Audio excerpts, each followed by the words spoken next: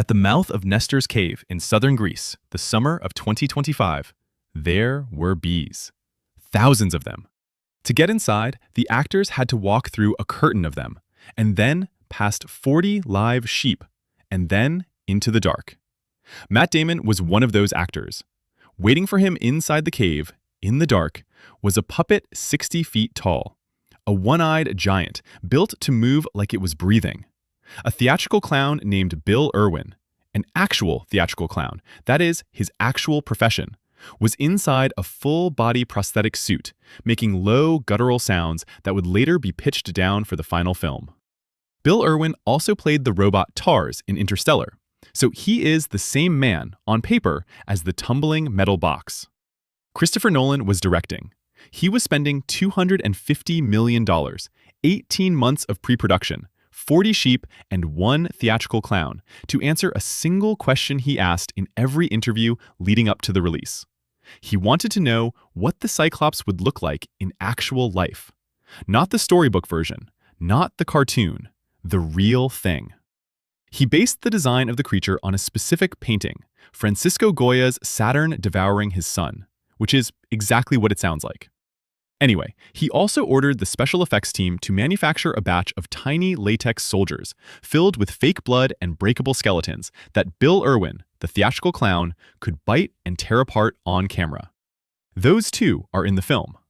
The Greeks had already answered Nolan's question 3,000 years earlier, and they had not needed a puppet.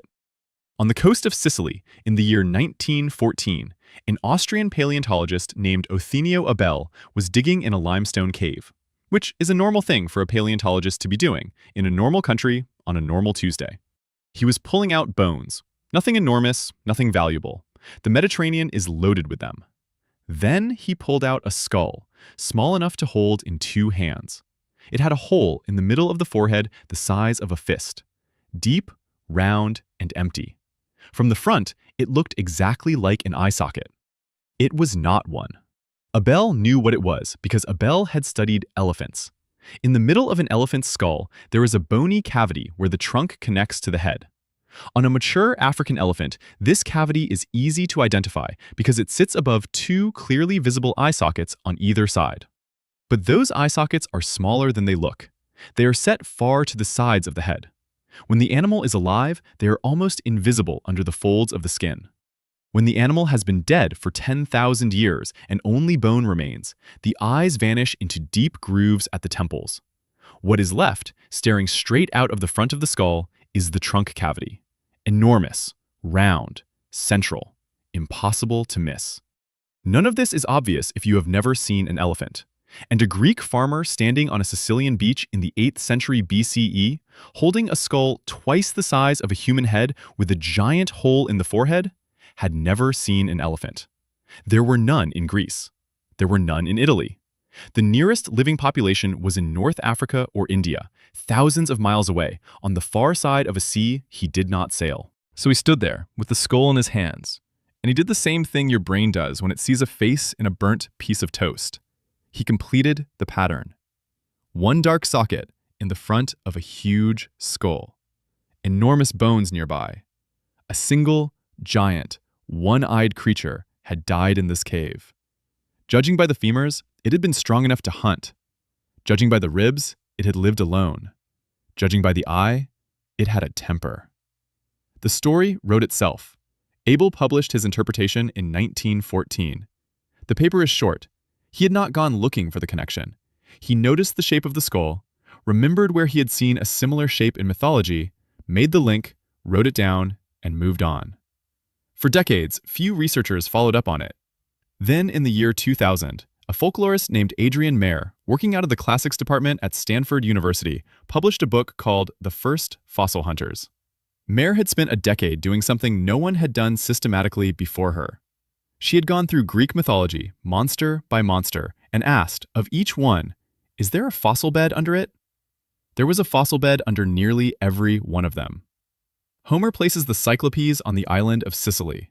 Sicily is where the highest concentration of Paleoloxodon falconeri skulls has been recovered, in cliffs and caves along the exact coasts where ancient sailors would have made landfall. The bones of the giants of Otranto kept as holy relics in Italian churches for centuries, turned out to be mammoth femurs. The griffins of Scythia, described as guarding gold in the mountains east of Greece, sat directly on top of the Gobi Desert, where Protoceratops skeletons erode out of the red rock in exactly the area ancient nomads had crossed for gold. The one-eyed Arimaspians, the giants of Cadiz, the hero bones of Ajax, kept in a temple roughly the size of an aurochs. All of them, when Mayor got there, had a fossil under them. When she pulled up a map of ancient fossil sites and laid it over a map of ancient monster sightings, the two maps matched. Not partially, point for point. The Greeks were not writing fantasy. They were writing field notes. In 2017, a paleontologist named Marco Romano, working at the Museum of Natural History in Berlin, extended Mayor's work into medieval and early modern Europe and found more than a dozen additional cases. Cyclopean skulls, still. Dragon tongues that turned out to be fossilized swordfish rostra. The bones of Christian saints preserved for centuries in cathedrals as objects of veneration, which, when the paleontologists finally got a look at them, turned out to be the bones of extinct rhinos. Basically the same story every time. Somebody finds a big, weird bone. Somebody cannot identify the big, weird bone. Somebody writes a story about the big, weird bone. The story lasts 800 years. Nobody in that entire chain ever thinks, I bet this is an extinct elephant. The people who wrote the Odyssey were, in a sense, doing what Christopher Nolan was doing in a cave in 2025. They were looking at a physical thing that no one had explained to them, and they were trying to picture what it was like when it was alive. The difference is that Nolan had a script. He had Homer to work from. Homer had a skull. Now this is where the joke ends, because the mechanism that turns an elephant skull into a Cyclops has a name, and it is not a story about ancient people. It is a story about you. Cognitive scientists call it pareidolia. It is the tendency of your visual system to complete ambiguous data into recognizable patterns, particularly faces and figures. It is the reason you see a man in the moon. It is the reason you can look at 3 headlights on a car and see an expression. It is the reason the burn mark on a piece of toast can look like a saint. It is the reason a rock formation on Mars, photographed by NASA in 1976, launched a decade of books about aliens. Your brain does not tolerate visual ambiguity. It fills the gap. It commits. It does it before you know it is doing it. This is a survival system. A face-shaped rustle in the grass that turns out to be nothing costs you nothing. A face-shaped rustle in the grass that turns out to be a predator and you miss it costs you everything. Your visual cortex is not calibrated for accuracy. It is calibrated for false positives. Better to see a monster in the shadows 1,000 times than to miss a real one once. Every ancient Greek villager who ever walked into a limestone cave and saw a huge skull with a single dark hole in it was running the same software you are running right now. And in front of that skull, the software returned one clear answer. One eye, one giant, one story. For 3,000 years, that story has traveled. It shows up on painted pottery in Athens in the 6th century BCE.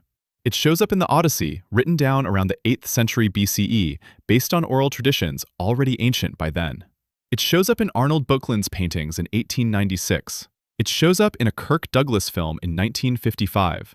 And in July of 2026, it shows up on nearly 800 IMAX screens across the world, with a $250 million budget, 60-foot puppets, and Matt Damon staring up into the dark. Christopher Nolan asked what a Cyclops would look like in real life. He built one of the most technically accomplished monster sequences in modern cinema to answer that question. But the answer is not in the cave in his film. It is inside display cases across Europe, where the skull of Paleoloxodon falconeri sits behind museum glass, twice the size of a human head, empty at the center where a trunk used to be. The Cyclops was real.